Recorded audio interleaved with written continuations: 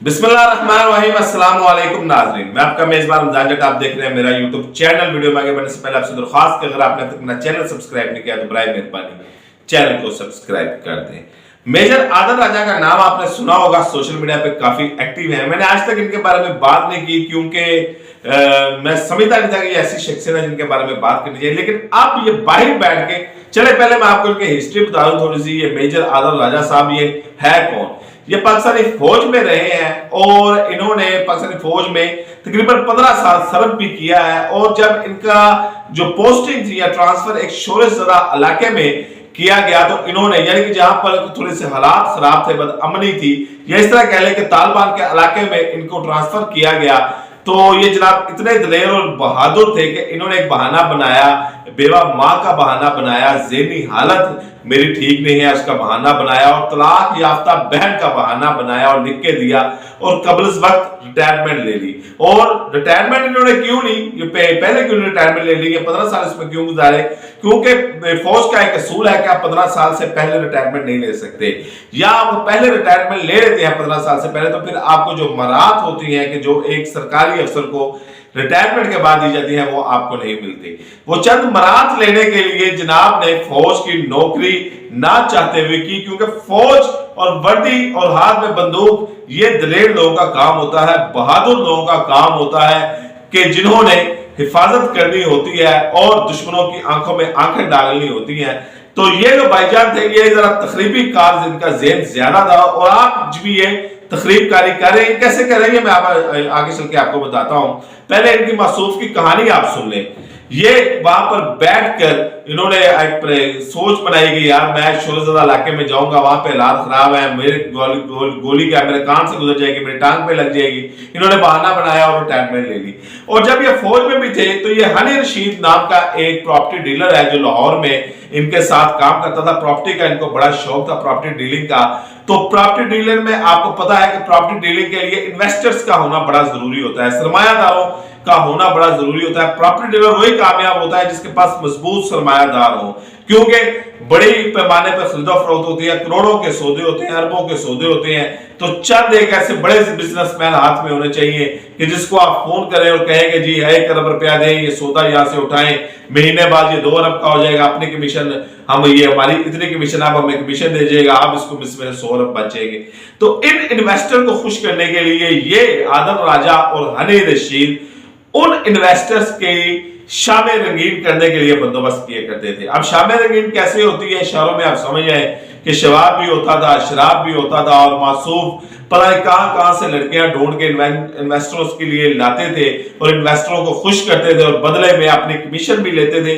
दूसरे लफ्जों में कहेंगे ये दलाली करते थे, बिजनेस में भी दलाली करते थे, और लड़कियां लाकर उनके बेडरूम में उनको सप्लाई करते थे और बाद में तौलिया और साबुन लेकर उनके कमरे के बाहर खड़े रहते थे कि साहब अब फारिग होके आएंगे तो उनके आगे तौलिया और साबुन पेश किया जाएगा ताकि वो नहा ले। इस किस्म के ये आदमी थे। इनकी बीवी ने जो तलाक ली इनसे वो भी इसी वजह से ली कि ये ज़हनी तौर पर बीमार आदमी है, ये नशेई आदमी है, नशा करके शराब पीकर ये मुझ पर तशद्दुद करता है। इस प्ली के ऊपर, इस बात के ऊपर मेजर आदम राजा की बीवी ने इस वैशी शख्स से तलाक ली और भी बड़ी उसमें बातें की, लेकिन वो मियां बीवी की जो बातें हैं वो बंद कमरे की बातें हैं कि किस तरह की उसके साथ कभी हरकत करता था और क्या उसके साथ करता था, जानवर जैसा सलूक करता था। 12 इशारों में समझे आपके बीवी इसके साथ तंग थी, बंद कमरे में भी तंग थी और वैसे भी खुलेआम भी तंग थी, क्योंकि इसको ये बड़े मजे में उसकी बेइज्जती करता था। बंद कमरे में जो करता था इसकी बीवी ने बताया कि मेरे साथ इस तरह के गंदे जिनसी काम भी करता था और मेरे साथ ये तशद्दुद भी बहुत ज्यादा करता था।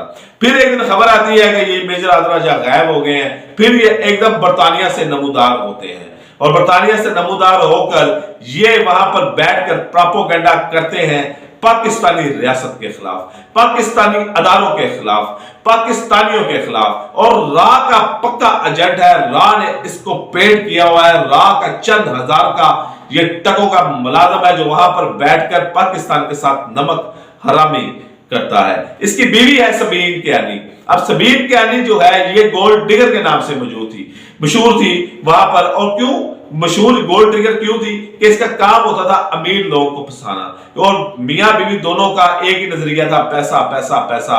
تو یہ جو سبیر کیانی تھی یہ امیر لڑکوں کو پھنساتی تھی، جس کے پاس پیسے، گاڑی اور وافر ہوتے تھے، پیسے اس کو پھنساتی تھی، اس کے ساتھ یہ وہی کام، وہی اس کی شامیں رنگین، راتیں رنگین، اس کے ساتھ وقت گزارنا، ہر قسم کی اس کو، حالانکہ جب یہ کسی کلب میں جاتی تھی تو ویٹر کو، کہ ویٹر اس کو فری شراب دے دے یا فری پینے کے لیے کچھ دے دے، تو یہ ویٹر کو بھی اجازت دے دیتی تھی کہ تم جو چاہے میرے ساتھ کر لو، لیکن میرے ساتھ پیسے دے دو۔ اس طرح کی گھٹیا اور بدبودار قسم کی یہ عورت ہے جو اس میجر آدر راجہ کی بیوی ہے۔ اس کے بارے میں صدیق جان نے بھی کچھ ٹویٹ کی ہے، جس کے بعد دونوں میں درمیان ایک چبکش جاری ہے، جنگ جاری ہے، جس میں صدیق جان نے کہا کہ میں تمہاری بیوی کے راز بتا دوں گا۔ وہ راز یہی ہے کہ یہ وہاں پر جو ایڈلٹ انڈسٹری ہے وہاں پر، اور وہاں پر یہ لیگل ہے، یہ وہاں پر ان گندی فلموں کا گھنونا کاروبار کرتے ہیں، ان فلموں کے ذریعے یہ اپنے جو کمائی ہے وہ کرتے ہیں۔ اور سبیر کیانی اور میجر آدر راجہ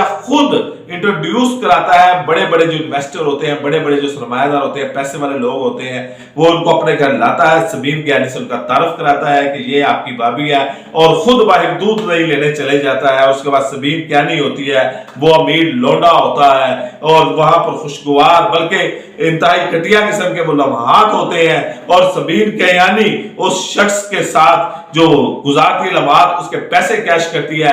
میجر آدر راجہ 4 5 6 7 8 گھنٹوں کے بعد دودھ لے کے آتا ہے اور کہتا ہے کہ مجھے زیادہ دیر تو نہیں ہوئی، میں جلدی تو نہیں آ گیا۔ اس قسم کا یہ گھنونا اور گھٹیا قسم کا یہ آدمی ہے، اور باہر بیٹھ کر ہمارے ہی اداروں کے خلاف، ہمارے ہی پاکستان کے خلاف ایک پراپوگنڈا کرتا ہے، اور معلوم نہیں وہ کون لوگ ہیں جو اس کو سنتے ہیں۔ بہرحال ہمارے اگر گھر میں اختلافات ہیں تو وہ ہمارے ہیں، ہمارے گھر کے اختلافات ہیں۔ اگر ہمارے آپس میں اگر کسی کو ناراضگی ہے تو وہ ہمارے گھر کا مسئلہ ہے۔ ہم کسی لونڈے لپاٹے کو یہ اجازت نہیں دیں گے کہ وہ باہر بیٹھ کر ہمارے کسی پاکستانی کی طرف انگلی اٹھا دے، ہمارے پاکستانی کی طرف کوئی بات کر دے، ہماری سرزمین کی طرف بات کر دے۔ اگر یہ بات کریں گے تو ہماری جتنی چونچ ہے، ہمارا جتنا جبڑا ہے، ہم اس کو آپ جواب دیں گے، اور بڑے اچھے طریقے سے جواب دیں گے۔ اگر وہ گھٹیا پن کرے گا تو ہم اس سے زیادہ نیچے گھٹیا پن کریں گے۔ اگر وہ پاکستان کی سالمیت کو نقصان پہنچانے کی کوشش کر رہا ہے، یہاں کے معصوم لوگوں کو ورگلانے کی کوشش کر رہا ہے، یہاں کے جو سادہ لوگ ہیں ان کو اپنی بکواسیات اور گھٹیا بیانیے کے ذریعے اگر ان کی زندگیوں کے ساتھ کھیلنا چاہ رہا ہے، تو ہم بھی اپنے ان بھائیوں کا جو شعور ہے اس کو بہتر بنانے کی کوشش کریں گے۔ اور ایسے گھٹیا آدمی کو بتائیے، وہ گھٹیا آدمی ہے کہ جو پاکستان کے ساتھ نمک حرامی کر رہا ہے، اپنے دارے کے ساتھ نمک حرامی کر رہا ہے، اور وہاں پر بیٹھ کر گندی کمائی، اپنی بیوی کی کمائی کھا کر، حرام کی کمائی کھا کر حرام بو رہا ہے، انڈیا کے ایجنڈے پہ بو رہا ہے، اور پاکستان کو نقصان پہنچانے کی کوشش کر رہا ہے۔ انشاءاللہ اگلی ویڈیو میں اس کو مزید بے نقاب کریں گے۔ ملاقات ہوگی آپ سے انشاءاللہ اگلی ویڈیو میں۔ اجازت دیں، اللہ نگہبان۔